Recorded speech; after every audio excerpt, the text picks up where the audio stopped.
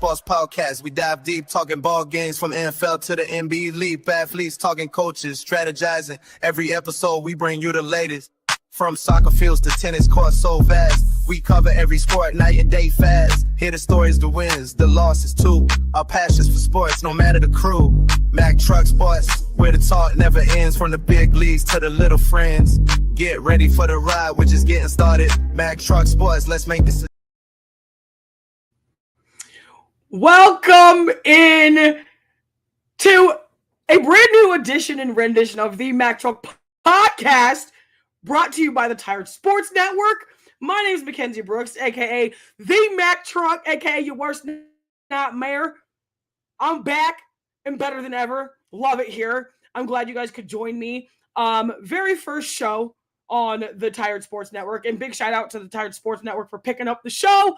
Now we're in several different places, including the Cumulus Media Des Moines Podcast Network. And obviously, again, like I said, as the Tired Sports Network, my name is Mack Truck. Welcome into the show. We got just a short docket for you today. Nothing crazy, nothing extenuous. We will have a longer show tomorrow afternoon. Just going to go over some quick WNBA recap.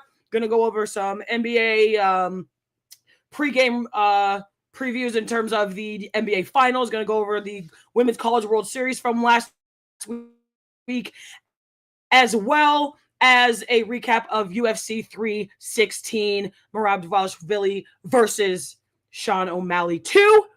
I'm glad to be here with you guys. Thank you for joining me. It's a beautiful Monday afternoon, June 16th, 2025. We're here to talk sports and all of the things. I'm glad you can join me. And again, this broadcast is brought to you by yours truly, because if I didn't have fans and supporters, I don't have a show. And without a show, I don't know what I'd be doing without my life. So we're going to hop right into it. So listen, for those of you who have been watching the WNBA, know that Caitlin Clark has been out with a quad injury for the Indiana Fever. Caitlin Clark made her WNBA Commissioner's Cup debut by dropping 32 points. 17 of those points rather, came in a span of about 2.5 minutes after dropping 3 dimes back to back to back, and one launched right over Breanna Stewart. Now, if anybody knows me personally, you know how much of a Caitlin Clark fanatic I am. I went to the University of Iowa. I'm all things Iowa sports when it comes to most collegiate anything outside of softball, which we'll get to later. But Caitlin Clark made a statement, guys. I'm going to throw that out there right now. Caitlin Clark made a statement. An injury is not going to stop her from getting her team back on track. Now, again, if you've been watching the WNBA, the Indiana Fever have struggled a little bit with Caitlin Clark being out for just about 2.5 weeks with that left quad strain. But like I said, she is back. Her and Coach Stephanie White, Cindy Colson, issues. The Fever get the job done and hand the New York Liberty their first loss of the season. The New York Liberty are now 9-1 with the singles loss so far to the Indiana Fever in Gainbridge Field this past Saturday, with a score total of 102-88 in favor of the Indiana Fever. Now, the Indiana Fever are now 5-5, which makes them an even 500 on the season, and just about 2-1 or 2-2 in the Commissioner's Cup Series itself. Caitlin Clark drops 32 points in her debut, like I said, and she's hitting ranges that are very well outside of the WNBA scope of three-point shots. In fact, there was a chart put up on ESPN and the WNBA pages in terms of social media that gave a shot chart of where she was shooting from. Most of her shots were shot outside of 25 feet. The NBA three-point line is 28 feet. She was shooting at about 28 feet and beyond, which is damn near close to the half-court logo, the bottom of it. And I'm for it, obviously, because the Indiana Fever is my team. Caitlin Clark is a sharpshooter, and she also has weapons around her. And I think that's really what caused this spark in the Indiana Fever offense when she came back, at least for this current game that we're speaking of. Anyhow, 32 points, 11 for 20 from the field, and 3 for 5 from the field goal. And 3 for 5 from the three-point line. Now, Caitlin Clark is known for missing foul shots, but it does seem like there's been a decline in the WNBA in terms of foul shot making. Everybody knows, if you have ever played basketball a day in your life, foul shots are the most important shots, because especially if you're down by 1 or 2 points and you can't seem to find a bucket from the field goal, those free throw shots are where your money is at. And going 3 for 5, on your Commissioner's Cup debut off of an injury, totally okay, because you got the win. You scored 32 points by yourself. Now, on the other side, the New York Liberty, trying to get things done without a Jonquel Jones. Okay. You got a Sabrina Ionescu. Okay. You got a Breanna Stewart. Literally have a Breanna Stewart who's 6'6", and Caitlin Clark shooting over her. People are starting to find ways to shoot over Breanna Stewart, which is crazy to think about. She's 6'6". Why are we shooting baskets over Breanna Stewart, and why are they going in so cleanly? But because they're professionals, that's how they do it. Okay. Sabrina Ionescu, 34 points, had the exact same stat line as Caitlin Clark. 34 points, 11 for 20 from the field, and 3 for 5 from the free throw line. Okay. I got to watch some of this game, and I was very impressed with how the Indiana Fever just kept clawing back and clawing back and clawing back. Mainly because the Indiana Fever have added so many different pieces to their offense alone. And then you add in Natasha Howard to your defensive scheme. You also added DeWanna Bonner to your defensive scheme. And then you have your second and third year phenom in Aaliyah Boston and Caitlin Clark, who've just literally improved over the summer. You added Sophie Cunningham, who's a defensive prowess in her own right. And then you re-signed Kelsey Mitchell. I mean, the Indiana Fever is loaded. You get Sydney Colson from the Aces. Like,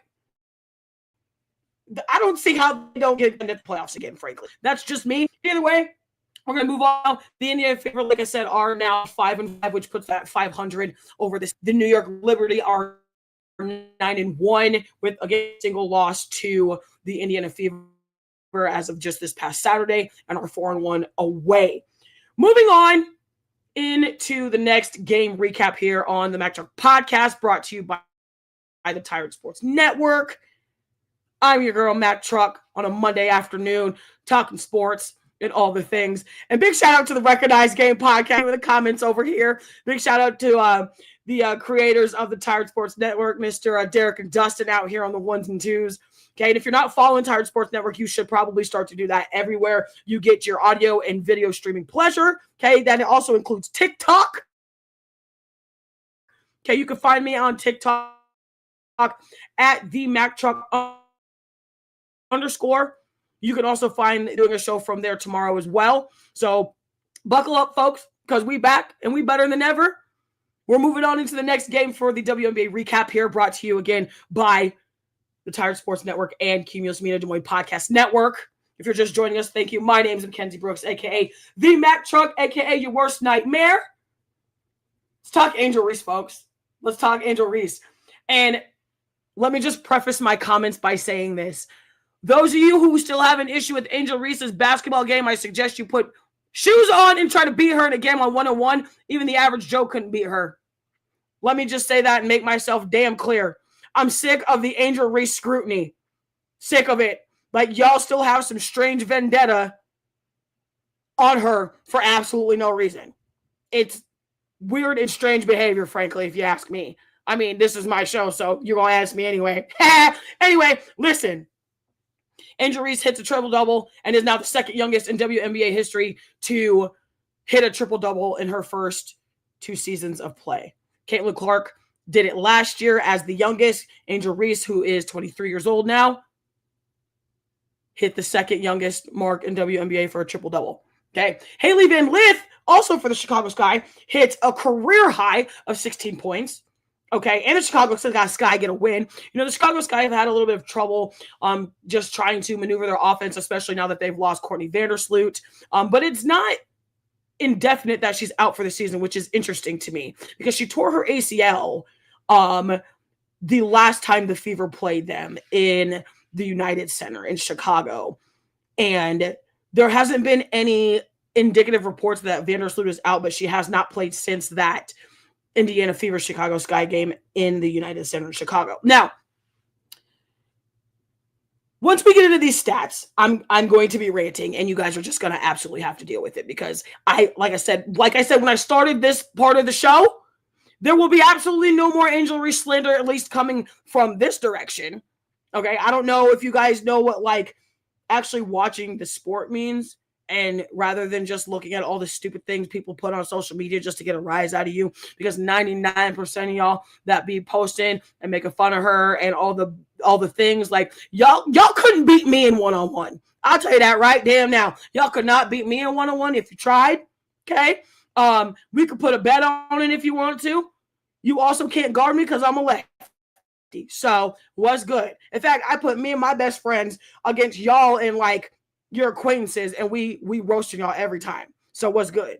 Either way, back to some stats. Haley Van Lith, 16 points, 6 for 8 from the field, and goes 3 for 4 from the free throw line in that win over the Connecticut Sun. Now listen, I'm going to tell you this. Marina Mabrey is a dog. I love me some Marina Mabrey. I was kind of salty when Chicago just let her walk last season, but she also, in the same time, is just recreating herself as a player, and I am for it. I'm for it, okay? Marina Mabrey, she could be on my fantasy team. Hell, she could come to the Indiana Fever if she wants. I don't give a damn. I love me some Marina Mabrey, okay? 22.7 for 17 from the field, and again, 3 for 4 from the free throw line. Now, listen, Angel Reese, again, records her first triple-double for her WNBA career, 11 points, 11 assists, and 13 rebounds.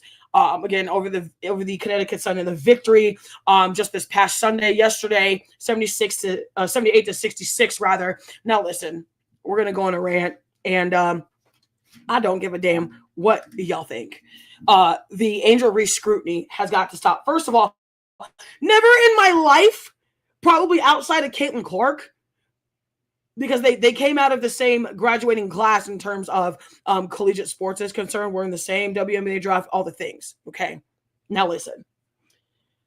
I think it's very disgusting that people just seem to keep just throwing shots and throwing darts and just, finding any chance they get to try to make fun of Angel Reese. Because the last time I checked, y'all were still working 9-to-5s just like me.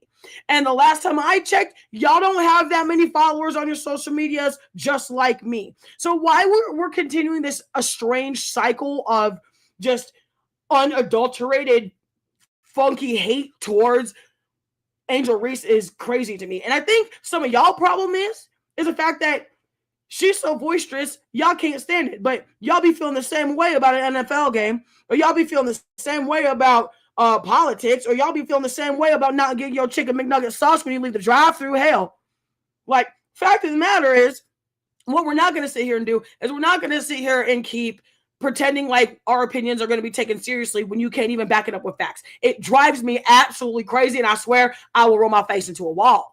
And I will argue at this point until I'm blue in the face. It's going to take me forever to get blue in the face. I'll tell you right now, listen. Until some of y'all can strap up some shoes and go down to your local park down here and shoot some baskets and start getting your game recognized, per se, pun intended, okay? So you start shooting shots like Angel Reese. Does she miss a lot? Absolutely. She probably makes more than you make, though. I'll tell you that right now. In fact, she got a whole meal at McDonald's. What, you buying it because you hungry, okay? You buying her products. And in fact, you're adding to her fan base, whether you're watching her to fail or you watching her to succeed. You still paying attention. So if you're really not about that life, you should probably just stop watching basketball in general. I'm just going to throw that out there. I mean, far be it from me. I mean, I'm the one with my own show, and I'm the one with all the spiciness and the sass. So if you don't like it, I don't give a damn. Oh, well, go way back over there somewhere. Either way, listen. Going to move on into the next game recap here for the WNBA. The Las Vegas Aces, y'all. And unfortunately, this is my best friend's WNBA team. Shout out Evan Thunder Bradfield and CB the Bully. Shout out Recognized Game. Okay. Asia Wilson has been out with a concussion. And the Vegas Aces have not fared too badly, but they haven't fared too greatly. I can tell you that right now. They drop a pretty close game to the Mercury. Okay, 76-70 in that loss. Satu Sabali, 22 points, 6 for 15 from the field, and 7 for 7 at 100% from the free throw line. Okay, Chelsea Gray, 20 points, 8 for 17 from the field, and 3 for 3 at 100% from the free throw line. Now, listen, I fully believe that when Asia Wilson comes back off of this injury, I think she's going to have the game very similar to Caitlin Clark's, if not better, folks. Listen, people don't understand when you lose a part of your team in a very pivotal part, like an Angel Reese, like Asia Wilson, like a Caitlin Clark, like a Dominique Malunga, okay, for the Seattle Storm, like a Kate Martin who's tearing it up over at the Golden State Valkyries, okay, like a Kelsey Plum who's working over there down in the LA Sparks territory. Like when you lose a key player like that, your offense and your schemes get out of whack real fast. And because Asia Wilson is such a presence in the paint when it comes to basketball in general, let alone just her team, you can see the effects of it during a live game. You can see the effects of it during the shooting line, the free throw line, the warm-up line, whatever that looks like. You can see the energy and the presence just isn't there. You can tell it on the bench. It's very kind of difficult to watch because I'm a huge Asia Wilson fan. Not a huge Aces fan, but I'm definitely a huge Asia Wilson fan. Okay, I'm more of a player fan than I am a team outside of the Fever. Like I follow pretty much all the teams. I like and have favorite players from every single team. And I think it's interesting to see how fast the decline happens when a pivotal player, and this is with any sport, how fast the decline of an offense or defensive scheme declines when a pivotal player or a couple pivotal players, depending on your sport, happens. Questions from the Facebook stream. Derek Sasser, your starting team in the league, who would you take first? Any player in the WNBA? Ooh. Any player in the Are we going past or present, current, future? I mean, I need more details, homie. Listen, if I'm picking currently to start my own team, that's a tough question. To start my own team, honestly, I'm probably gonna take Kelsey Mitchell. I ironically enough, I'm gonna take Kelsey Mitchell to start because she's been in the league for a while, but she's just now starting to get her flowers and recognition. And all she does is work and work and work. She works and doesn't complain. She, tries her best to stay, really out of like the negative limelight. And I'm not saying no other player does, but when you have the type of star power like an Angel Reese, like a Caitlin Clark, like a Kelsey Mitchell, Miana Mabry, all those types of people, it's a little bit harder to avoid the limelight when you have somebody like Kelsey Mitchell who has had to grind and claw her way through the likes of Ohio State University, which she played and was tearing up my Iowa Hawkeyes for all those time. When she got drafted to the Indiana Fever and got to play with, Tamika Catchings her last couple seasons. And in fact, I think her very last season, now that I think about it, like when you have a pivotal player that's not pivotal to start with, you can make a lot of things happen. If I had to pick like a past player, I'm picking Dawn Staley. If I had to pick a past player, I'm picking Dawn Staley to start my team. So current player, Kelsey Mitchell to start my team. Past player, Dawn Staley. And if I have to pick a future player, probably going to be Juju Watkins, Kiki Rice, or Madison Booker out of Texas.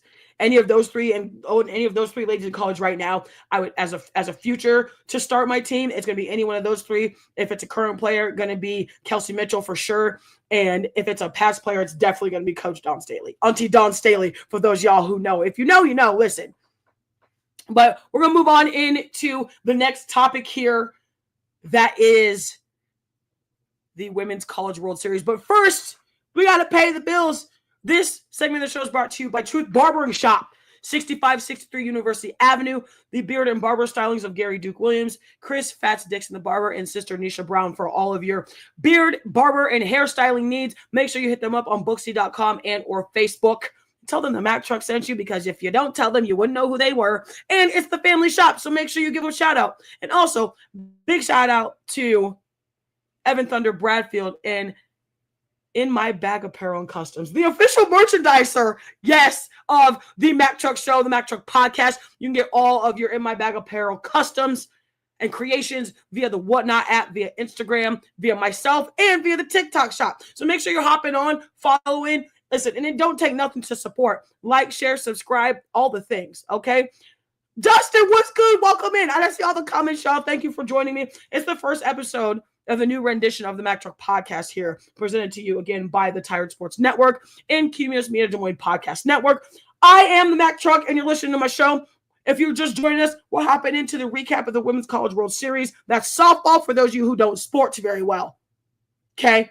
Listen, we had a banger and a new banger for women's college softball. For those of you who are used to Patty Gasso's dynastic Oklahoma Sooners,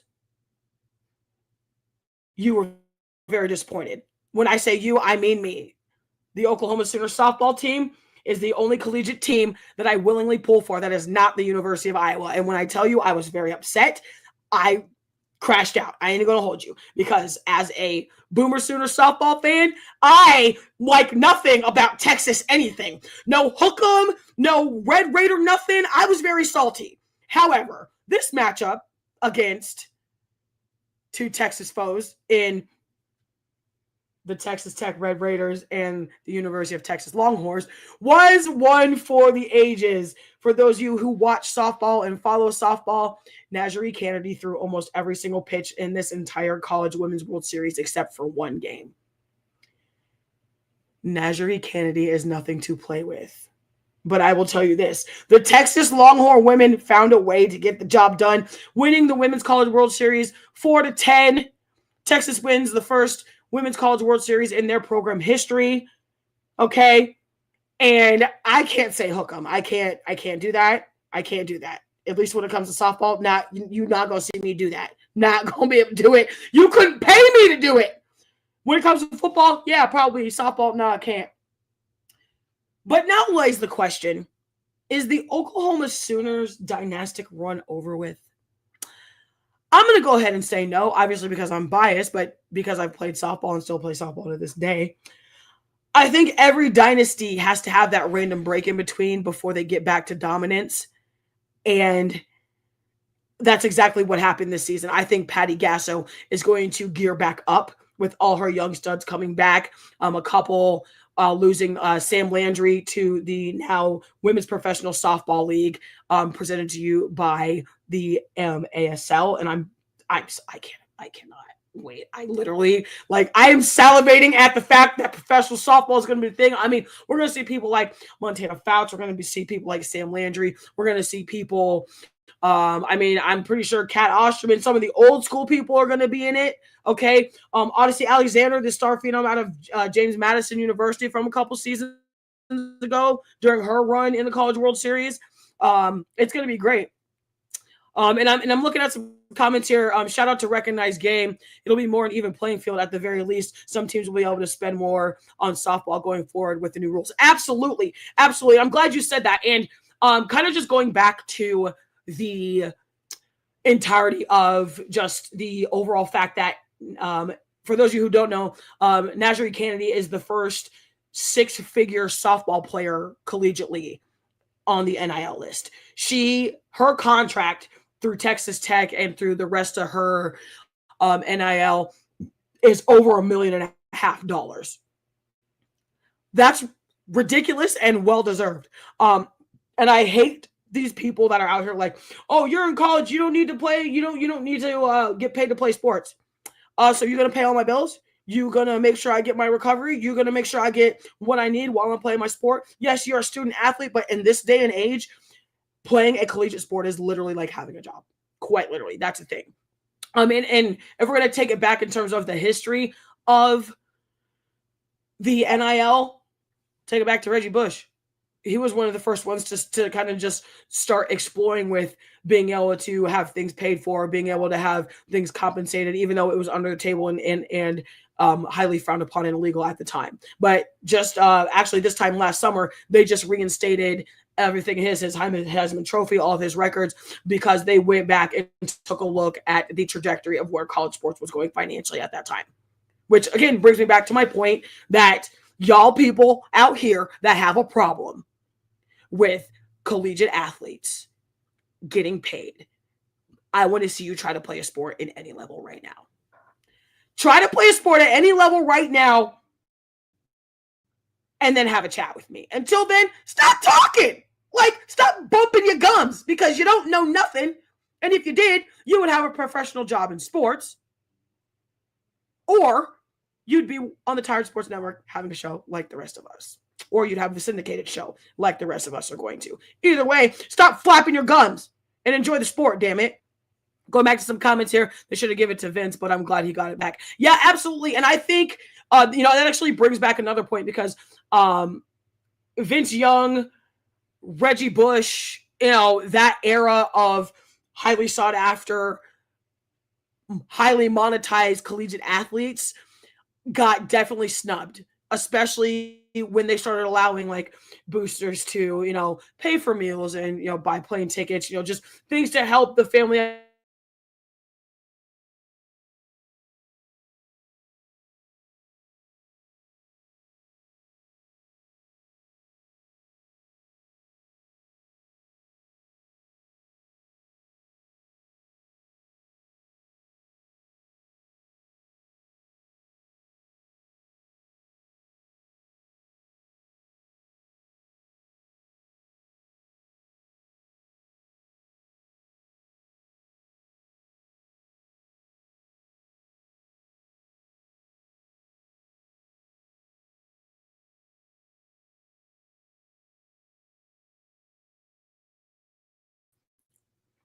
Listen, we love technical difficulties here.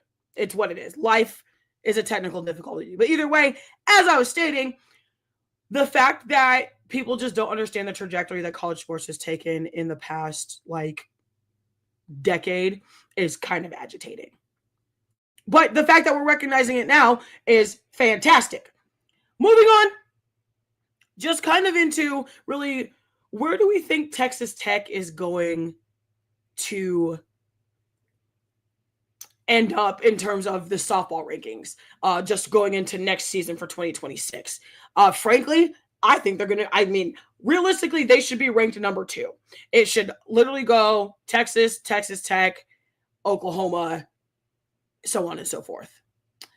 Unfortunately, and I think partly because of the fact that, yes, it is Texas's first softball championship of their program, I still think the runner-up is going to beat them in the ranks. Or what's going to happen is because they're going to keep taking into consideration the dynastic run that Patty Gasso has had and the machine that is the Oklahoma Sooners lady softball team. I think it's actually going to end up being Oklahoma, Texas, then Texas Tech at the top 3, which is definitely not fair. I'm not agreeing with it, but unfortunately, that's how it's happened before. I think that's how it's going to happen again. And I frankly can't wait till softball season again. I'm waiting for it. And it just ended 2 weeks ago. Anywho, we're going to move on into some stats here for this Women's College World Series in terms of hitting and pitching. Texas Tech, 8 hits, 0 runs, 8 total bases, and 4 runners left on base for that series versus the Texas Longhorns. Texas Longhorns had 12 hits, 2 runs, 21 total bases, and also had 4 runners left on base for that championship game over in Oklahoma City, Oklahoma, the home of softball, because that's what it is. That is why they have a $1 billion stadium. That's why they have a $1 billion complex. Oklahoma is softball town as much as it is basketball town, football town. It don't matter. I can't call it. That's why it's there. Okay. In terms of pitching, Texas Tech, 6 strikeouts, 75 strikes total, 12 hits allowed, and 2 earned runs, which means 2 walks on the game. Texas, 3 strikeouts, 79 strikes, 8 hits allowed, and 0 walks, which is a formula for a D1 national championship in softball, folks. And listen, and big shout out to all the teams that made the Women's College World Series, because it is hard to get in to that tournament. And actually, big shout out to the Grandview Vikings softball team here in Des Moines. They also made a huge statement in the NAIA D2 division and almost cracked the record books by being one of the first NAIA teams to get into the D1 dance with their record. Unfortunately, they did not make it that far, but they were on the brink of breaking that glass ceiling. So shout out to all the women's softball players, all the women's College World Series players, and all the current College Baseball World Series that's currently happening right now, or that just ended maybe an hour ago. We're going to recap that tomorrow and all the things. Moving on into our preview for the NBA Finals. Again, this show is brought to you by the Tired Sports Network and Des Moines Cumulus Media Podcast Network, a section of Westwood One. My name is Matt Truck, and you're watching my show here. We're live, lodging in charge, okay? And big shout out to the Tired Sports Network again. Like, without them, you're not seeing me right now.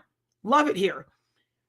And just to kind of close out our softball topic, OU brought a loaded class, number one pitcher, number one center fielder, number two shortstop, number four third baseman, all the things. Absolutely. And I think that's what's going to keep Oklahoma as relevant as possible. I mean, their relevancy and their dynastic run is going to keep them at the very tip tops of the relevant cycle of softball itself.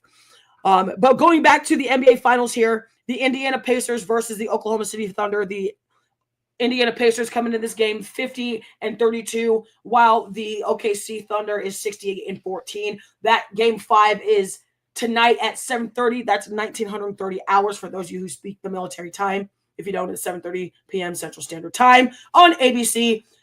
The Oklahoma City Thunder are a 9.5-point favorite. Money line is plus 320 for Indiana. And frankly, I want the Pacers to win. I'm not even going to lie to you. I hate Oklahoma City. They're too cocky. Just because you have a guy named SJ and just because you have a Chet Holmgren who's 5,000 feet tall doesn't mean they have the experience. Now, when you take it and look at the Pacers don't have that much experience either. But there's one factor. They have this really cool guy named Pascal Siakam, who seemingly enough is a lot like playoff Jimmy Butler, but with a ring. And then there's this super, super cool guy out of Iowa State University. Curly top, kind of looks like a way better version of Drake. His name's Tyrese Halliburton. With the Halliburton, okay? Out here just dropping dimes at buzzer beaters and like it's going out of style like he done did this before. I'm taking the Pacers in 6. And all these old heads keep laughing at me and say, okay, I'm telling you right now,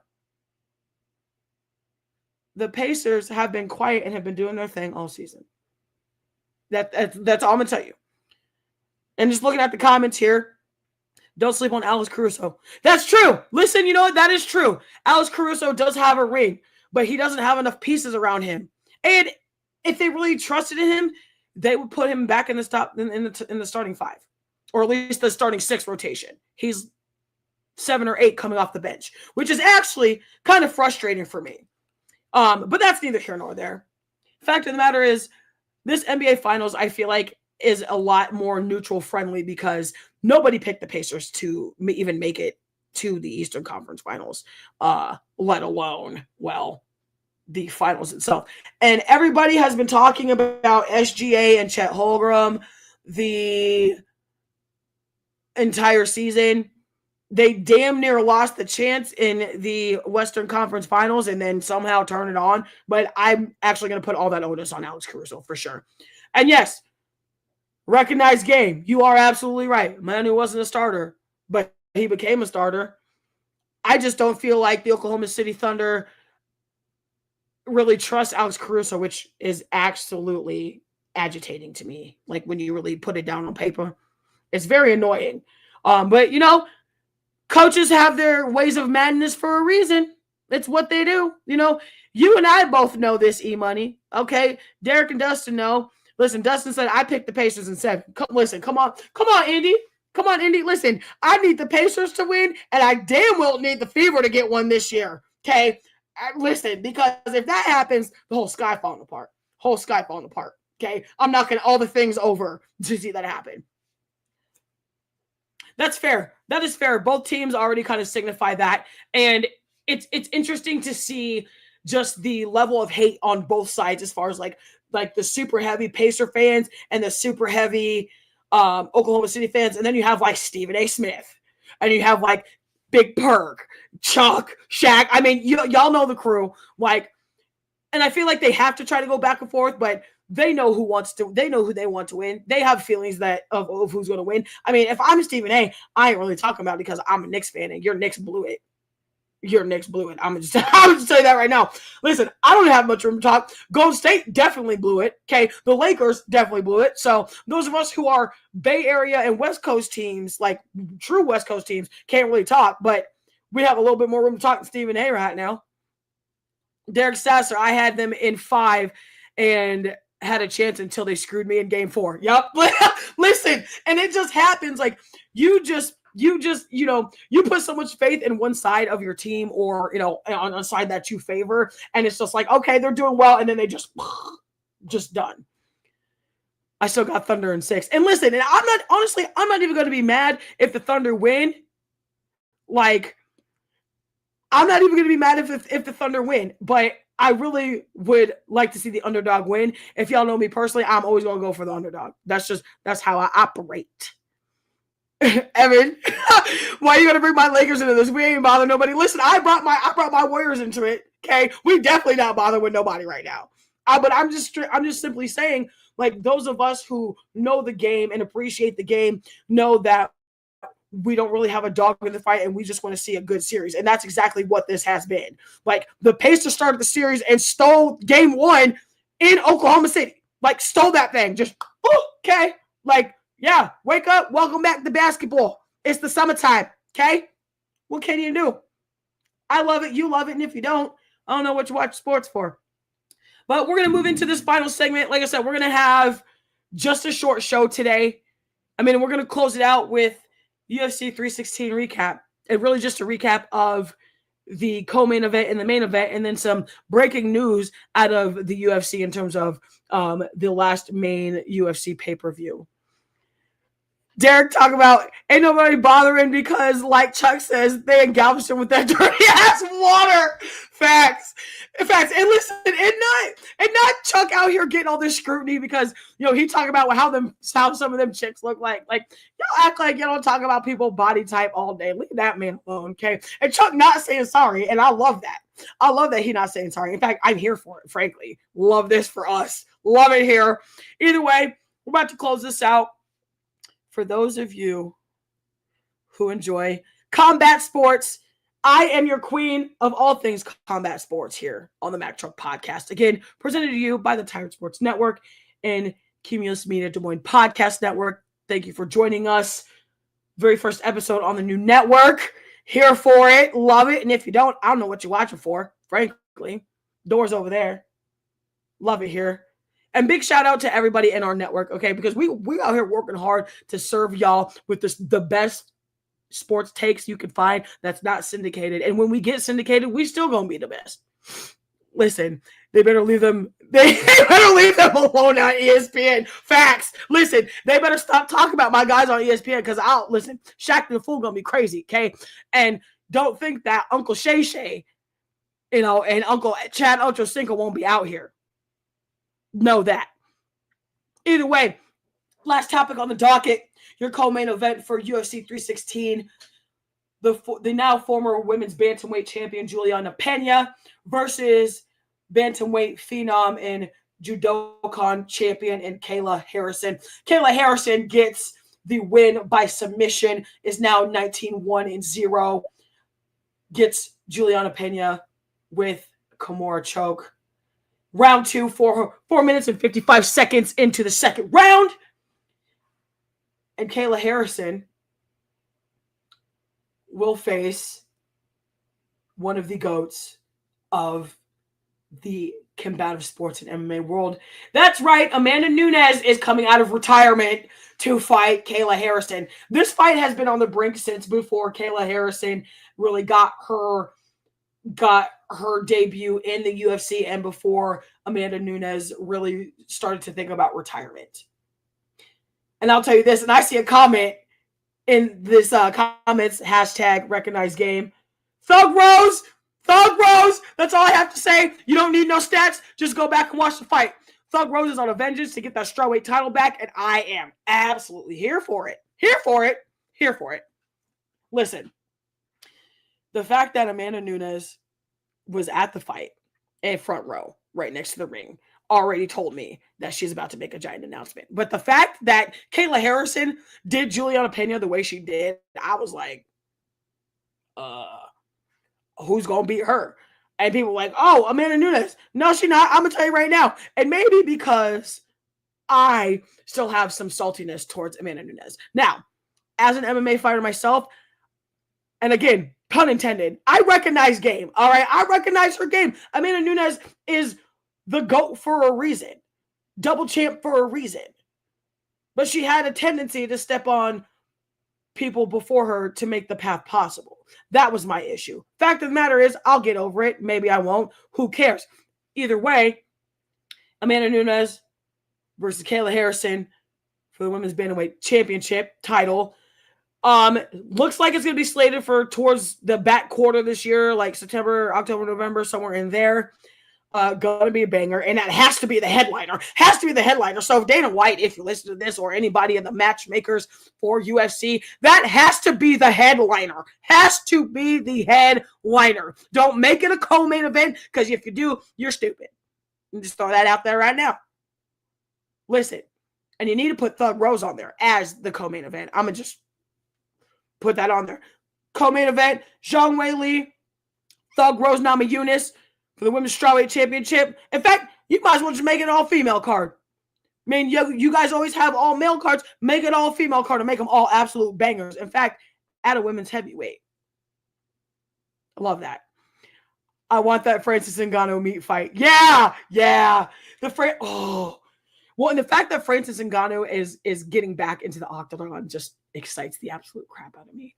I'm here for it. And listen, the next time we talk about UFC, we're going to talk about Tommy Aspinall and John Jones and why I feel like John Jones has been avoiding Tommy Aspinall. When I say avoiding, I mean he's trying to make this as big of a money fight as possible. But what we can't do is people can't keep trotting around here and waltzing around here about John Jones is a heavyweight champion. No, he's not. He is an interim champion. Tommy Aspinall is also the interim champion. You can't be a unified champion without having both interims fight for the belt. I don't think people really understand that.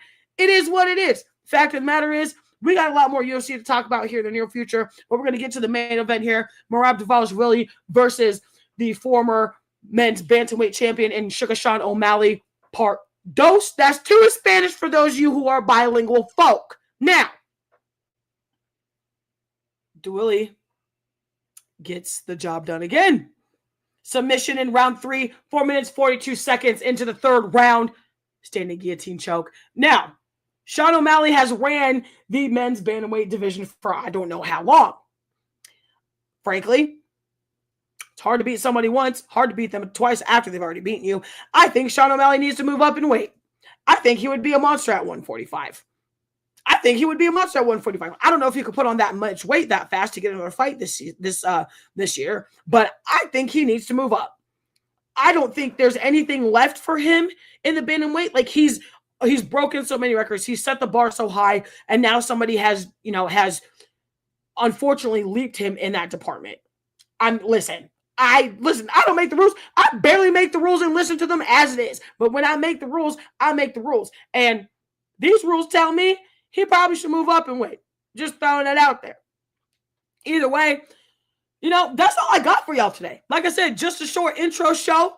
We went over the WNBA, NBA, okay, Women's College World Series, UFC, KFC. Listen, look, let me tell you something. Stocks and bonds, bail bonds, Barry bonds. Pacers in 6. Okay? I mean what I said, and I said what I mean.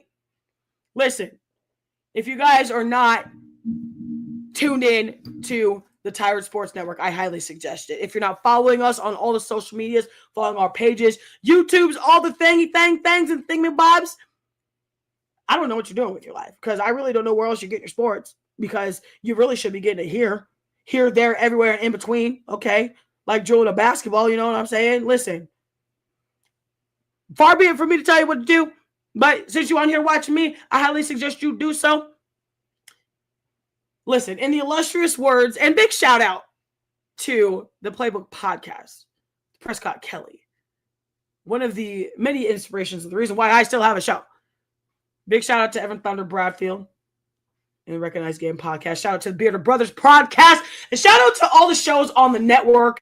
And obviously shout out to my own show, because like, this is the Mack Truck Podcast and I'm your hostess with the mostest and then some, the Mack Truck. Listen, be a friend, tell friends something nice. It could change their life. Hashtag Pat McAfee. Hashtag Sports Avengers. In the illustrious words of Ellen DeGeneres, be kind to one another. And in the illustrious words of myself, and again, Prescott Kelly, stay up, stay blessed, stay tuned, and stay sporty. I'll see you tomorrow.